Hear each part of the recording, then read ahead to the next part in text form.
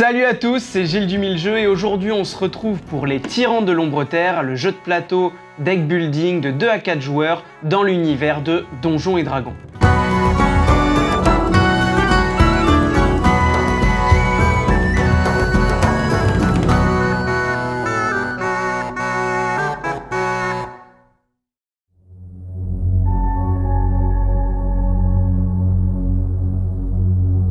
Donc au niveau du contenu pour la boîte Les Tyrans de l'Ombre-Terre, nous avons dans un premier temps le plateau de jeu, déjà que je trouve personnellement magnifique. Nous avons donc le petit livret de règles. Ensuite nous avons un plateau dit plateau de marché, notion de marché que nous aborderons un petit peu plus tard.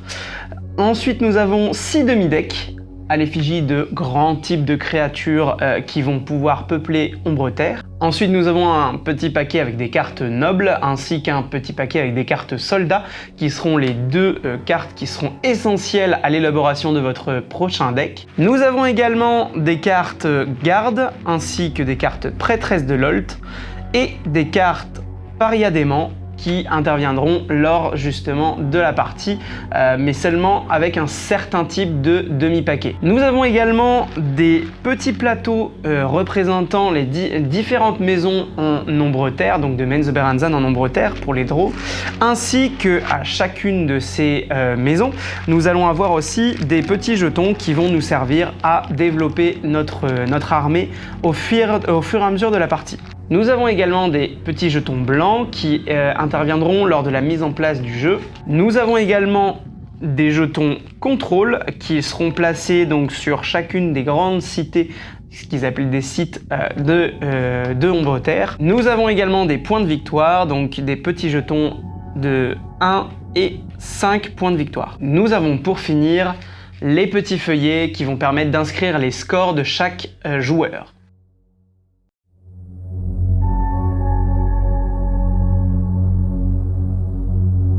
Pour commencer, chaque joueur va se voir attribuer une maison ainsi que les jetons qui correspondent à sa maison. Moi, pour l'exemple, j'ai pris la maison Barisson del Armgo qui est ici et la maison Bahar qui est ici. Dans mon exemple, nous ne sommes que 2 joueurs. Dans les Tyrans de l'Ombre-Terre, le plateau est entre guillemets variable. Il y a 3 zones bien définies qui sont séparés par des petits traits en pointillés. La zone centrale va être donc pour les parties à 2 joueurs. Pour 3 joueurs, nous allons rajouter une partie, donc au choix, soit rajouter la partie droite, soit rajouter la partie gauche. Et pour 4 joueurs, nous allons utiliser le plateau complet. Une fois les maisons choisies, nous allons pouvoir placer les petits jetons blancs comme ceci sur chaque petit symbole d'épée croisée. Ces petites épées sont les symboles pour les unités non affiliées, celles qui seront complètement neutres. Ensuite, nous allons pouvoir placer les jetons contrôle sur chacune des cités correspondantes. Une fois cela fait, chaque joueur va se voir attribuer 7 nobles et 3 soldats qui vont constituer leur deck de départ. Ces decks de départ vont être mélangés et ensuite vont être placés sur la pioche du plateau de départ de chaque joueur. Ensuite, nous allons pouvoir constituer le marché de notre partie. Pour cela, nous allons sélectionner 2 des 6 paquets qui se présentent à nous. Nous allons les mélanger entre eux et ainsi constituer la pile du marché. Chaque demi-paquet est constitué de 40 cartes affiliées à une grande faction des créatures de l'Ombre-Terre. Là, en l'occurrence, pour mon exemple, j'ai pris les cartes draw ainsi que les cartes dragon, que je vais mélanger donc et mettre dans la pioche du marché. Ces grandes allégeances sont représentées par des petits symboles qui sont en bas à gauche de chaque carte qui vont constituer le deck. On va revenir un instant sur les cartes qui composent donc les petits demi-paquets. Chaque carte donc du demi-paquet va avoir un effet qui sera applicable au moment où un joueur pourra la jouer. Chacune des cartes a également donc un coût. Là, en l'occurrence, cette carte-ci, Escouade de mercenaires, coûte 3 à l'achat, ainsi que des points donc au scorage. Là, ici, par exemple, si cette carte est dans notre deck à la fin de la partie, nous allons marquer 1 point. Ce petit symbole, c'est si on réussit à, entre guillemets, exiler cette carte, on appelle ça promouvoir. Quand on promeut une carte, l'indicateur de score sera celui qui est dans le rond. Donc là, en l'occurrence, pour l'escouade de mercenaires, toujours, 4. Une fois notre pioche du marché constituée, nous allons pouvoir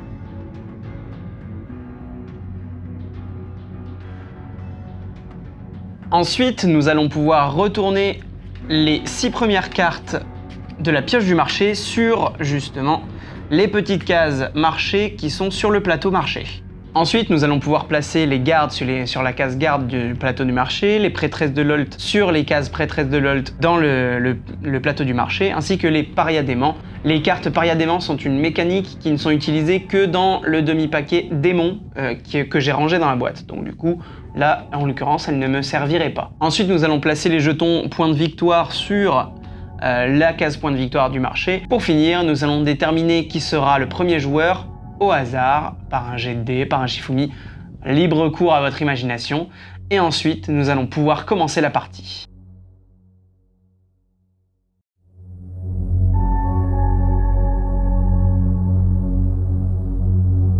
Avant de commencer la partie et en commençant par le premier joueur, chaque joueur va devoir placer une de ses unités sur l'une des cités noires qui ne possèdent pas de jetons blancs. Une fois cela fait, chaque joueur va piocher 5 cartes de sa propre pioche. À son tour de jeu, chaque joueur va donc devoir jouer les cartes qu'il a en main. Chacune avec son effet va pouvoir s'appliquer et les cartes qui ne seront pas jouées vont être défaussées à la fin de son tour. Pour la simple et bonne raison, c'est que le deck building est un jeu où nous allons pouvoir acheter des cartes qui vont pouvoir se présenter à nous pour enrichir notre deck, et notre deck va pouvoir se constituer de la sorte jusque tout au long de la partie. Une fois que les cartes sont jouées et défaussées, le joueur à la fin de son tour va pouvoir piocher les 5 nouvelles cartes. Si un joueur doit piocher des cartes et que sa pioche est vide, il va devoir reprendre toute sa défausse, la mélanger et reconstituer sa pioche ainsi. Pour mieux comprendre comment évolue un tour de jeu, je vais commencer par expliquer les cartes. Là par exemple, je présente le noble.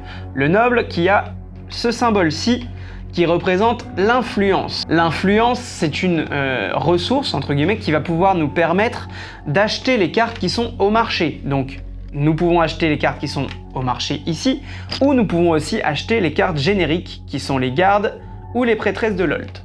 Dans ma main, j'ai 4 nobles, donc je vais pouvoir les jouer pour avoir une influence de 4, et donc pouvoir acheter une carte ou plusieurs jusqu'à 4 d'influence. Je peux très bien acheter une carte à 2, la mettre dans ma défausse, donc à chaque fois qu'on va acheter une carte, nous allons la placer dans notre défausse, d'où l'intérêt du deck building de reprendre sa défausse pour la remettre dans sa pioche. Et donc une fois que j'ai mis l'avocate dans ma défausse, je vais pouvoir retourner une nouvelle carte pour voir, je pourrais avoir une autre avocate par exemple qui me permettrait de l'acheter. Là en l'occurrence, je n'en ai pas, je ne peux plus rien acheter au marché. Il me reste 2 d'influence, donc je vais décider d'acheter une prêtresse de Lolt qui a un coût de 2. Une fois que mes cartes ont été jouées, je les mets également dans la défausse. Il me reste une carte, la carte soldat. La carte soldat avec ce symbole-ci qui symbolise le pouvoir. Le pouvoir, c'est le symbole qui va nous permettre de déployer nos unités. Par exemple, là, le soldat me permet de me déployer une fois. Je vais donc prendre un de mes petits jetons, donc je peux me déployer donc sur un site que je contrôle, ou alors sur une route adjacente à un site que je contrôle, ou bien si je contrôle la route, je peux la placer sur un emplacement libre d'un nouveau site. Je peux également, pour 3 symboles pouvoir, assassiner une unité qui m'est adjacente. Par exemple, je pourrais utiliser 3 symboles pouvoir pour assassiner cette unité-là, et que je viendrai placer dans ma salle des trophées. Au cours de la partie, il peut y avoir des petits jetons espions qui pourront être placés sur différents sites. Pour 3 symboles pouvoir, je peux également les expédier, donc les renvoyer. Et donc quand je renvoie un espion, je le remets dans ma caserne. Au cours de la partie, vous allez déployer vos unités et vous allez peut-être pouvoir contrôler des sites. Par exemple, au cours de la partie, j'ai réussi à me déployer jusqu'à atteindre Menzoberranzan. À Menzoberranzan, ici, j'ai 3 jetons unités et il y reste encore 3 jetons non affiliés. Cette cité, du coup, je ne la contrôlerai pas. Si mes jetons sont strictement supérieurs, donc que j'assassine par exemple une unité non affiliée à Menzoberranzan, Mes jetons sont strictement, mon nombre de jetons est strictement supérieur au nombre de jetons non affiliés, donc du coup je vais acquérir le contrôle de Menzoberranzan. Vous constaterez que les différents sites vont avoir donc soit le contrôle total si je retourne la tuile. Pour avoir le contrôle total d'un site, il va falloir donc assassiner une à une les autres unités et remplacer jusqu'à contrôler totalement tous les emplacements de la cité. Attention cependant, petite subtilité, si mon adversaire réussit à m'envoyer un espion dans une cité que je contrôle totalement, je perds le contrôle total, mais je garde le contrôle.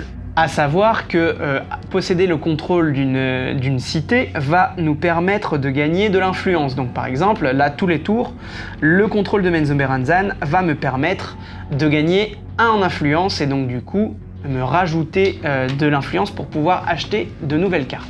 À la fin de mon tour, si j'ai le contrôle total d'une cité, d'un site, je vais gagner un nombre de points de victoire égal au nombre qui est indiqué sur son jeton. Là,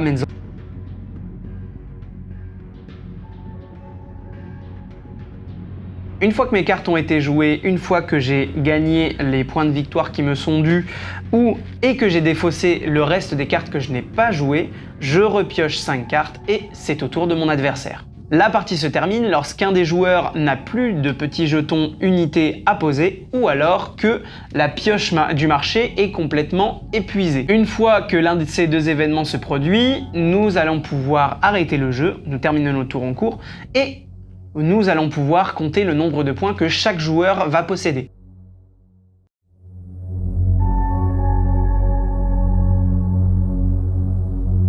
Chaque joueur va remporter les points des sites qu'il contrôle. L'indicateur des points qui sont gagnés par les sites est indiqué sur chacun d'eux. Là par exemple, pour Shed Nazad, vu que c'est moi qui le contrôle, il n'y a personne pour me le contester, donc du coup je vais remporter 3 points. Chaque joueur va donc pouvoir compter le nombre de points de victoire qu'il possède grâce au site qu'il contrôle. On parlait du contrôle total tout à l'heure. Chaque site qui fera l'objet d'un contrôle total par l'un des joueurs va faire remporter 2 points supplémentaires aux joueurs qui contrôlent totalement ces sites. Je parlais tout à l'heure de la salle des trophées, donc je compterai également le nombre de petites unités que j'ai tuées, que j'ai assassinées au cours de la partie. Chacun de ces jetons va pouvoir me rapporter 1 point de victoire. Ensuite, je vais prendre toutes les cartes de mon deck et compter le nombre de points de victoire que celle-ci me rapporte.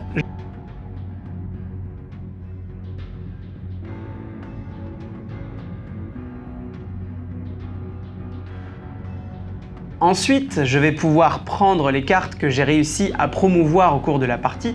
Je rappelle, certaines cartes dans les paquets vont pouvoir permettre de promouvoir des cartes. Quand je promeus une carte, je la mets de côté, je la retire du jeu et elle me rapportera un nombre de points qui est en bas à droite dans le petit cercle bleu ici. Je fais donc le total des cartes promues au cours de la partie et je le rajoute à mon résultat. Pour finir, si j'ai réussi à acquérir des points de victoire au cours de la partie en contrôlant par exemple les grandes cités qui sont présentes sur le plateau, je vais pouvoir rajouter ces petits points à mon total et j'aurai enfin le gagnant de la partie.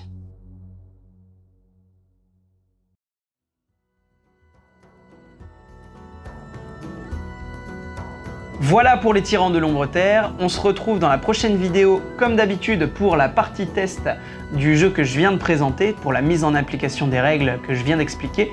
N'hésitez pas à liker et à partager la vidéo, à mettre un petit commentaire si ça vous a plu et si vous comptez acheter le jeu, pourquoi pas.